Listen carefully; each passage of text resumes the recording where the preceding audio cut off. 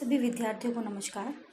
आज हम बीए द्वितीय वर्ष के प्रथम प्रश्न पत्र प्रायोगिक मनोविज्ञान की इकाई 1 में दिए गए अध्याय प्रत्यक्षीकरण का अध्ययन करेंगे। प्रत्यक्षीकरण के अंतर्गत हम प्रत्यक्षीकरण किसे कहते हैं, प्रत्यक्षीकरण की प्रक्रिया क्या है तथा प्रत्यक्षीकरण की मुख्य विशेषताएं क्या है, इसके बारे में विवेचना करेंगे। विद्यार्थियों, प्रत्यक्षीकरण एक महत्वपूर्ण मानसिक प्रक्रिया है। इस प्रक्रिया द्वारा ही हमें वातावरण में जो भी उद्दीपक होते हैं उनका ज्ञान होता है। हम जिन भी उद्दीपकों को देखते हैं, सुनते हैं, महसूस करते हैं, उन सभी का एकमात्र कारण केवल प्रत्यक्षीकरण ही है। एटकिंसन तथा हिलगार्ड मनोवैज्ञानिक ने प्रत्यक्षीकरण की एक परिभाषा दी। इस परिभाषा के अंतर्गत प्रत्यक्षीकरण एक ऐसी प्रक्रिया है जिसके द्वारा हम वातावरण में उपस्थित उद्दीपकों की व्याख्या करते हैं तथा उसे संगठित करते हैं। इस परिभाषा में भी यही बताया गया है कि प्रत्यक्षण द्वारा ही उद्दीपकों की व्याख्या की जाती है तथा उन्हें संगठित किया जाता है। इस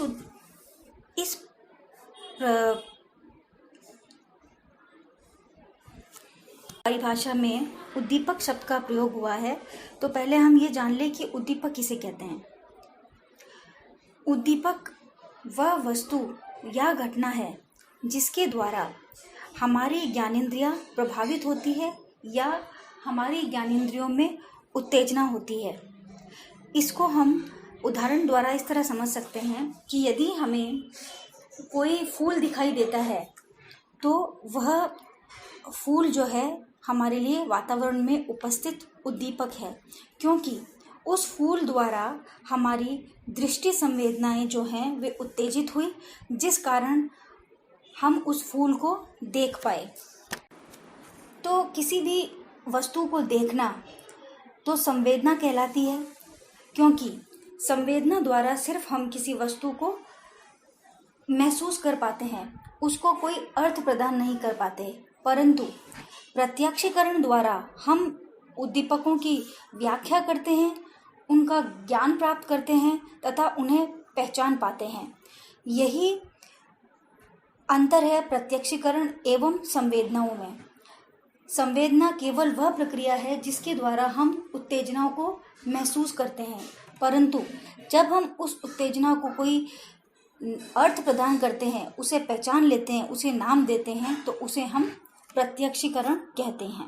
प्रत्यक्षीकरण एवं उद्दीपक को इस चित्र द्वारा और अच्छे से समझा जा सकता है। इस उदाहरण में आप देखेंगे कि एक व्यक्ति को कोई आवाज सुनाई देती है। इस आवाज को हम उद्दीपक कहते हैं, क्योंकि इस आवाज के कारण हमारी ज्ञानेंद्रियां जो है वो प्रभावित हुई, जिससे हमें वह चीज सुनाई दी। जहाँ तक हमने उस चीज को सुना एवं महसूस किया उसे हम संवेदना कहते हैं, और जो आवाज हमें सुनाई दे रही है उसे हम उद्दीपक कहते हैं। परंतु जैसे ही हमने उस आवाज को पहचाना, उसकी व्याख्या की और ये बताया कि ये जो उद्दीपक है, जो आवाज हमें सुनाई दे रही है, वह किसी फटाके की आवाज है, तो इसे हम क्या कहेंगे? प्रत्यक्षीकरण। क्योंकि प्रत्यक्षीकरण में हम उस वस्तु या चीज को पहचान लेते हैं, उसको नाम दे देते हैं और उसका हमें ज्ञान हो जाता है।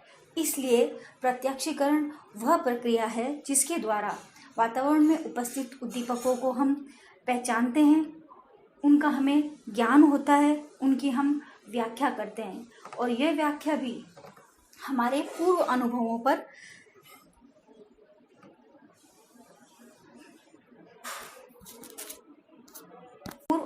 पर आधारित होती है।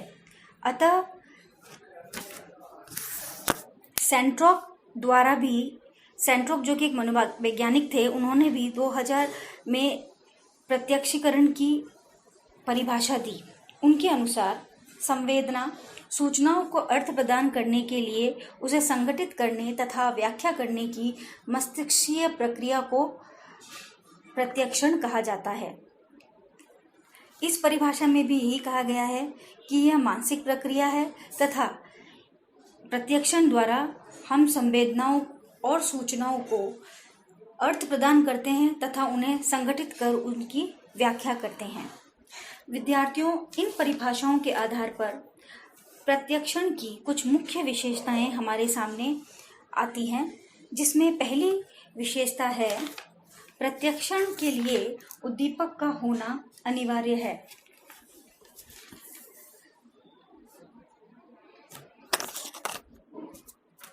प्रत्यक्षण के लिए उद्दीपक का होना अनिवार्य है, ऐसा इसलिए है क्योंकि जब तक व्यक्ति के सामने कोई उद्दीपक उपस्थित नहीं होगा, उसमें किसी प्रकार की कोई संवेदना नहीं होगी, कोई ज्ञानेंद्रिया प्रभावित नहीं होगी, और अगर ज्ञानेंद्रिया प्रभावित नहीं होगी तो संवेदना भी नहीं होगी, और संवेदना के अभाव में प्रत्यक्षण होना संभव नहीं है।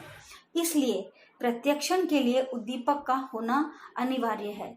जैसे कि यदि हमें कोई आवाज़ सुनाई नहीं देगी तो हम उसका प्रत्यक्षण नहीं कर पाएंगे। इसलिए प्रत्यक्षण के लिए उद्दीपक का होना अनिवार्य है। दूसरी विशेषता जो प्रत्यक्षीकरण की है वह यह है कि प्रत्यक्षण में उद्दीपक का तात्कालिक अनुभव होना आवश्यक है। तात्कालिक अनुभव का यहाँ तात्पर्य है कि कोई भी ऐसा अनुभव जो आपके सामने तुरंत हो, ना कि उस उद्दीपक के बारे में हमें ज्ञान उसके कुछ समय पश्चात हो। इसको हम इस प्रकार समझ सकते हैं कि यदि हमारे सामने कोई भी चीज़ लाई जाती है तो जैसे ही हम उसे देखते हैं उसके बारे में तुरंत प्रतिक्रिया देते हैं कि यह चीज़ कौन सी है।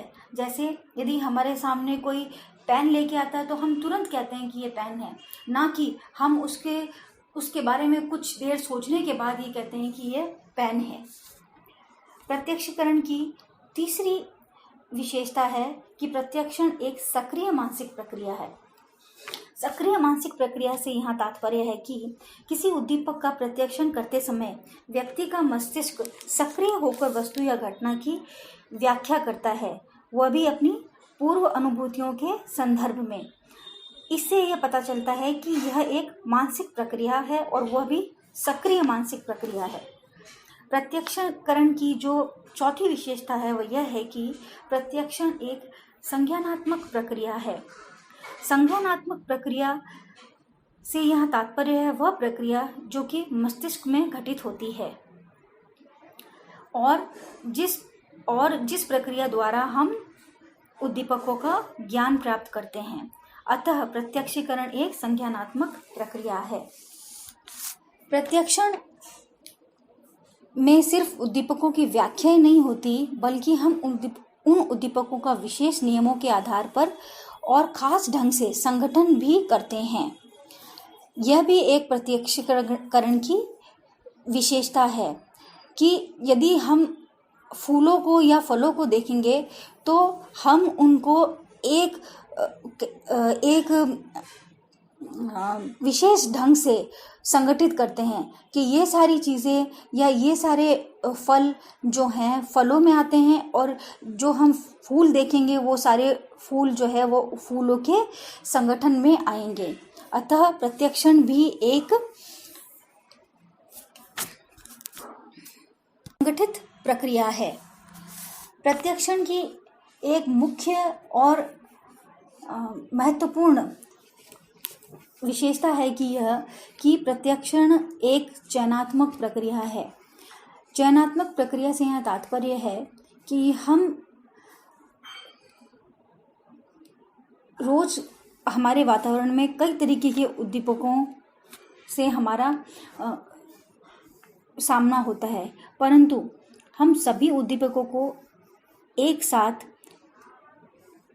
महसूस नहीं कर सकते, क्योंकि उद्दीपक जो हैं वो बहुत सारे हैं और हमारी ज्ञानेंद्रिया उनमें से कुछ ही उद्दीपकों को चयनित करती है, क्योंकि एक साथ बहुत सारे उद्दीपकों को ग्रहण करना ज्ञानेंद्रियों के लिए संभव नहीं है। इसलिए प्रत्यक्षीकरण जो है वह एक चयनात्मक प्रक्रिया है।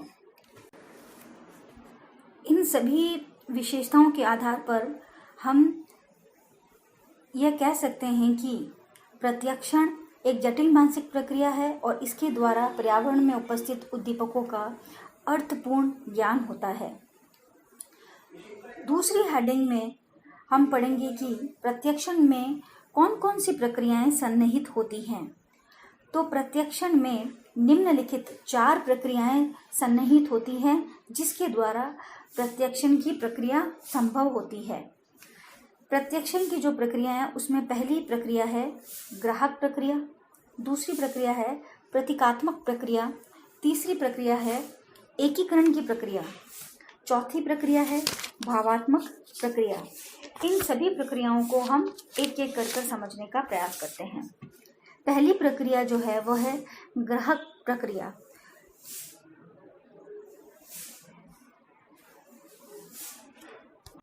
ग्राहक प्रक्रिया जो है वह प्रत्यक्षण का आधार होती है, क्योंकि ग्राहक प्रक्रिया द्वारा ही हमें तंत्रिका आवेग, हमारे शरीर में तंत्रिका आवेग उत्पन्न होता है ज्ञानेंद्रियों द्वारा, जो हमारे मस्तिष्क तक पहुंचता है। तो ज्ञानेंद्रियों से शुरू होकर मस्तिष्क तक होने वाली इस प्रक्रिया को ग्राहक प्रक्रिया कहते हैं। इसे हम उदाहरण से समझ सकते हैं कि जैसे ही हम किसी फल को देखते हैं या किसी भी वस्तु को देखते हैं तो इसके देखने से आँख में तंत्रिका आवेग उत्पन्न होता है, जो हमारे मस्तिष्क तक पहुंचकर उस फूल का ज्ञान कराते हैं। इसलिए यह स्पष्ट है कि ग्राहक प्रक्रिया का प्रत्यक्षीकरण में एक बहुत ही महत्वपूर्ण स्थान है। दूसरी प्रक्रिया प्रतीकात्मक प्रक्रिया है।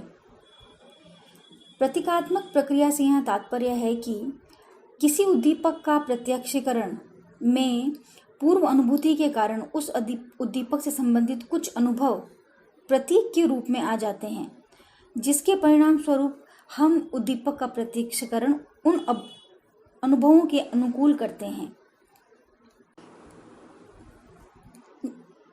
प्रतीकात्मक प्रक्रिया को हम उदाहरण द्वारा समझ सकते हैं, जैसे कि हम जब भी आइसक्रीम को देखते हैं तो आइसक्रीम से संबंधित उसकी मिठास एवं उसकी जो ठंडा स्वरूप होता है वह हमारी चेतना में प्रतीक के रूप में आ जाता है, और यही प्रतीकात्मक प्रक्रिया का उदाहरण है। प्रत्यक्षीकरण की तीसरी प्रक्रिया है एकीकरण की प्रक्रिया। एकीकरण से तात्पर्य यह है कि जब हम किसी भी चीज़ को देखते हैं या किसी भी उद्दीपक को देखते हैं तो हम उसे भिन्न भिन्न अंगों में अलग अलग प्रत्यक्षीकरण न करके एक इकाई के रूप में प्रत्यक्षीकरण करते हैं। जैसे कि यदि हम किसी के चेहरे का प्रत्यक्षीकरण करते हैं तो उसके कान, नाक, मुंह, होठ आदि को अलग अलग न देखकर उसके पूरे चेहरे का एक साथ प्रत्यक्षीकरण करती हैं। इसका कारण एकीकरण की प्रक्रिया है, जो व्यक्ति को उद्दीपक को एक समग्र के रूप में प्रत्यक्षीकरण करने के लिए बाध्य करता है। प्रत्यक्षीकरण की चौथी प्रक्रिया भावात्मक प्रक्रिया है। प्रत्यक्षीकरण में भावात्मक प्रक्रिया भी सम्मिलित होती है। भावात्मक प्रक्रिया से तात्पर्य होता है कि किसी भी प्रकार के भाव या संवेग होने के कारण प्रक्रिया का होना। जब व्यक्ति किसी उद्दीपक का प्रत्यक्षीकरण करता है तो उसके साथ ही साथ कुछ अनुभव या संवेग भी उसकी अनुभूति में होते हैं। जैसे कि यदि हम अपने दोस्त को देखेंगे तो उसको देखते ही हमें आनंद एवं सुख का अनुभव होता है, परंतु यदि हम किसी दुश्मन को देखते हैं तो हमारे अंदर क्रोध एवं दुख की अनुभूति होती है। इन उदाहरणों से यह स्पष्ट होता है कि प्रत्यक्षीकरण में भाव एवं संवेग का भी महत्व होता है।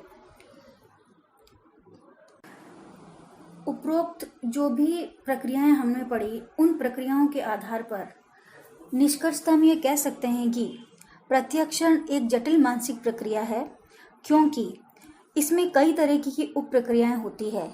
जैसे हम पढ़ चुके हैं ग्राहक प्रक्रिया, प्रतीकात्मक प्रक्रिया, एकीकरण की प्रक्रिया, तथा भावात्मक प्रक्रिया भी इसमें सम्मिलित होती है।